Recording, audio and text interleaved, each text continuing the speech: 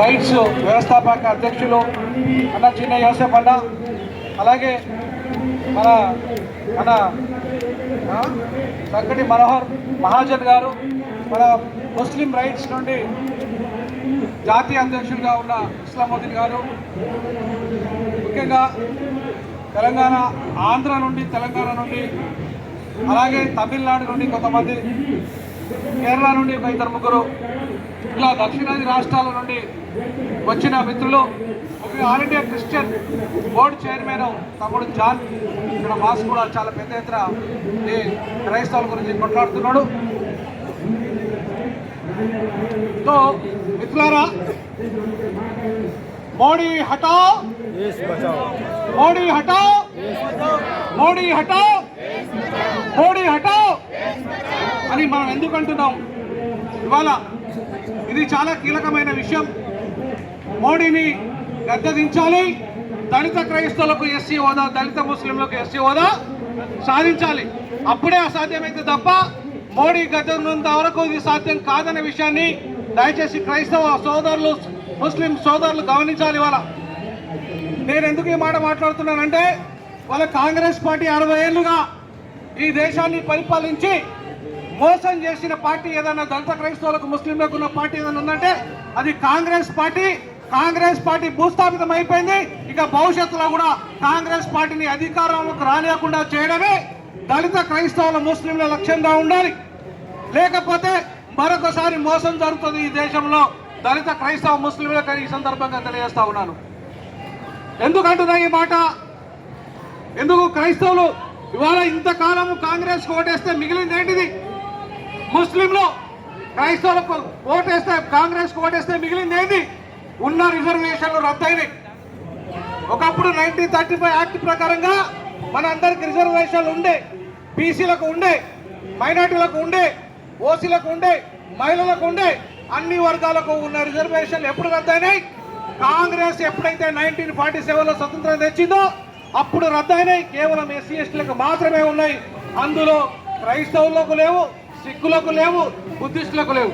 హిందూ దళితులకు మాత్రమే ఉన్నాయి, హిందూ ట్రైబల్స్ కు మాత్రమే ఉన్నాయి. మరి ఏం నేరం చేశారని, ఏం పాపం చేశారని ఈ దేశంలో దళిత క్రైస్తవులకు, దళిత ముస్లింలకు రద్దయినాయి? అగ్రవర్ణాలకు ఉన్నాయి, బ్రాహ్మణులకు ఉన్నాయి, రెడ్లకు ఉన్నాయి, కమ్మలకు ఉన్నాయి ఈడబ్ల్యూఎస్ రిజర్వేషన్లు. అగ్రవర్ణ పేదలందరికీ ఉన్నాయి. వాళ్ళు క్రైస్తవులైనా ముస్లింలైనా వాళ్ళకి రిజర్వేషన్లు వర్తిస్తాయి. అలాగే బీసీలు క్రైస్తవులైనా ముస్లింలైనా బీసీ రిజర్వేషన్లు వర్తిస్తాయి. చివరికి ఎస్టీ, మా ఆదివాసీ బిడ్డలకు, అలాగే గిరిజన బిడ్డలకు కూడా క్రైస్తవ, వాళ్ళు ఇస్లాం తీసుకున్నా, ముస్లింలు క్రైస్తవ మతం తీసుకున్నా కూడా వాళ్ళకు రిజర్వేషన్లు ఉంటాయి. ఒక దళితులు ఏం పాపం చేశారు? దళిత క్రైస్తవులు, దళిత ముస్లింలు ఏం పాపం చేశారు అంటే వాళ్ళు సమానత్వాన్ని కోరుకుంటున్నారు. ఈ దేశంలో ఏం కోరుకుంటున్నాం మనం? ఈ దేశంలో వర్ణ కుల వ్యవస్థ రద్దు కావాలి, ఈ దేశంలో సమాజ నిర్మాణం జరగాలి, ఈ దేశంలో మతాల పరంగా, కులాల పరంగా, భాషా పరంగా, ప్రాంతీయ పరంగా ఎలాంటి వివక్షత లేని సమాజాన్ని అటు క్రైస్తవులు, ఇటు ముస్లింలు కోరుకుంటున్నారు.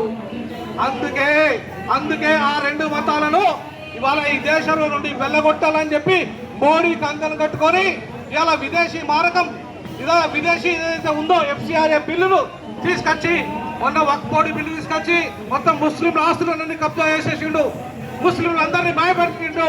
ఇప్పుడు క్రైస్తవుల ఆస్తుల మీద కన్నుపడ్డది మోడీకి. క్రైస్తవుల ఆస్తులన్నింటినీ కూడా కబ్జా చేసేసి ఇవాళ మొత్తం ఈయన మాట, ఈయనని క్రైస్తవుని ఈడీ కింద, బేడీ కింద, జోడీ కింద ఇంకా రకరకాల వాటి మీద జైల్లో వేసే కార్యక్రమం, అటు ముస్లింలను, ఇటు క్రైస్తవులను వేసే కార్యక్రమంలో భాగంగానే అటు వక్ఫ్ బోర్డు రద్దు, అట్లాగే ఇవాళ FCRA బిల్లు తెస్తున్నారు. మరి ఇట్లాంటి దుర్మార్గుని అధికారులు తెద్దామా? మూడోసారి అధికారులకు వచ్చిండు, 4వసారి కూడా అధికారులు తెద్దామా? నో. అందుకే మోడీ హటాओ, దేశ్ బచాओ, మోడీ హటాओ, మోడీ హటాओ.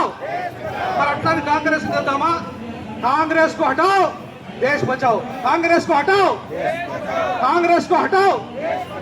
ఎవరు తీసుకురావాలంటే ఇట్లాంటి ప్రాంతీయ పార్టీ నాయకులను, BRS లాంటి ప్రాంతీయ పార్టీ నాయకులను, అలాగే దేశంలో ఉన్న అన్ని ప్రాంతీయ పార్టీ నాయకులను, ముఖ్యంగా దక్షిణాదిలో ఉన్న ప్రాంతీయ పార్టీ నాయకులందరినీ అధికారులకు తీసుకురావాలి. ఎందుకంటే వాళ్ళు మాత్రమే నిజంగా మనల్ని రక్షిస్తారు.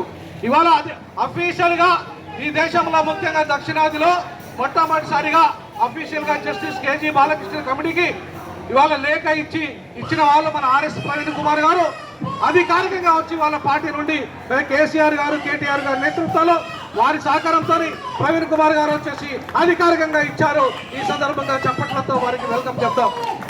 ఎందుకంటే ఒక పార్టీ అధికారికంగా వస్తే తప్ప ఆ పార్టీ నిర్ణయం ఏందో తెలియదు మనకు.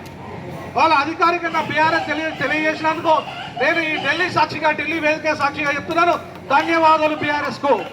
దళిత ముస్లింల సాక్షిగా, దళిత క్రైస్తవుల సాక్షిగా ఈ రోజు బీఆర్ఎస్ పార్టీని మాత్రమే మనం అధికారంలో తీసుకురావాలని చెప్తున్నాను. మనం కలిసి పనిచేయాలి బీఆర్ఎస్ పార్టీతో. ఇవాళ మన కోసం కొట్లాడుతున్న పార్టీగా మనం గుర్తించిన వాళ్ళతో మాత్రమే కలుద్దాం, ఇంకోలతో కలవడానికి వీలు లేదు. ఖచ్చితంగా భవిష్యత్తులో తెలంగాణలో బీఆర్ఎస్ తో కలిసి నడవడానికి దళిత క్రైస్తవులు, దళిత ముస్లింలు రెడీగా ఉన్నారని చెప్పేసి సందర్భంగా అన్నకు నేను హామీ ఇస్తున్నాను. అలాగే ఇంకో విషయం చెప్పాల్సుకునే సందర్భంగా ఖచ్చితంగా రానున్న రోజుల్లో మనం ఓట్లేస్తే ముస్లింలు మనం కలిపితే 45 కోట్ల మంది ఉన్నాం ఈ దేశంలో. 45 కోట్లు ముఖ్యంగా దక్షిణాదిలో ఉన్నాం. మనం ఓటేస్తేనే ఎవడైనా అధికారంలోకి వస్తాడు. మనం ఓటేయకపోతే ఎవరికి రాడు.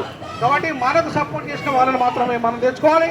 అలాగే క్రైస్తవులు, ముస్లింలు ఎట్లయితే సొంత రాజకీయ పార్టీ పెట్టుకున్నారో క్రైస్తవులు ఒక సొంత రాజకీయ పార్టీ పెట్టుకొని ఈ దక్షిణాదిలో ఖచ్చితంగా ప్రాంతీయ పార్టీలతో కలిసి ఈ దేశంలో థర్డ్ ఫ్రంట్ అధికారులకు తెచ్చి మన సమస్యలను మనమే పరిష్కరిస్తాం. ఎవరి మీద ఆధారపడకుండా మన దేవుని, మన జీసస్ ను నమ్ముకున్న వాళ్ళు స్వేచ్ఛగా నమ్ముకోండి, అల్లాహ్ను నమ్ముకున్న వాళ్ళు అల్లాహ్ను స్వేచ్ఛగా నమ్ముకోండి. ఈ రాజ్యాంగం ఎవరి సొత్తు కాదు, ఈ రాజ్యాంగం అందరి సొత్తు.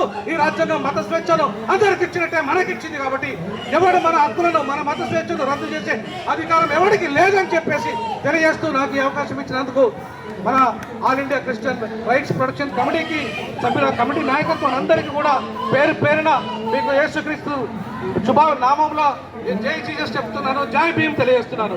జై భీమ్, జై జీసస్, జై భీమ్, జై జీసస్. Praise the lord. అన్నగారికి శుభాకాంక్షలు తెలియజేస్తా ఉన్నాను.